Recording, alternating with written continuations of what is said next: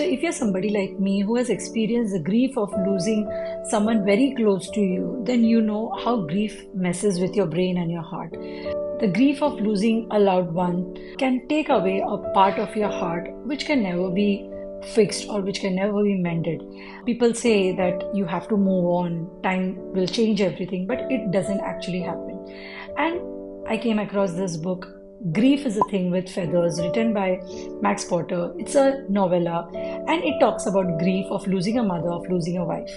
So, first things first, Max Potter borrowed the title Grief is the Thing with Feathers with a twist on Emily Dickinson's famous poem Hope is the Thing with Feathers. In Dickinson's poem, you will see the bird represents hope that keeps singing through storms, but Potter replaces hope with grief. And imagine that. I mean, what if the feathered thing perched on your shoulder is not hope but grief? We all have been there and we know how it feels. It's exhausting, it's tiring, it's killing.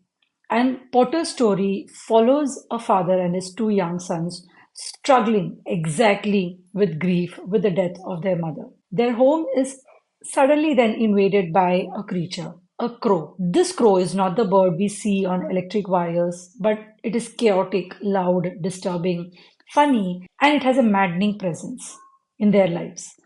It's a walking, talking creature. This crow becomes the embodiment of grief for them. It sometimes works as a therapist for them, sometimes it works as a bully, sometimes it's a friend who refuses to leave until they try and come out of their grief. This crow, though, is not random. It's a direct tribute to poet Ted Hughes, who created a mythological crow in his own poetry while wrestling with the grief of losing Sylvia Plath. The father in Potter's book is a Ted Hughes scholar who is writing a book about him. So Hughes' world, its darkness, its mythology, wild nature spills into their living room. Potter mixes poetry, prose, dreams, nonsense, memory, because grief never arrives in neat chapters. What makes this book unforgettable is how honestly it captures the transformation that loss brings. So, if you like to read a small book but sensible, heartbreaking, a poignant novella, then this is the book you must grab. Grief is a Thing with Feathers by Max Potter.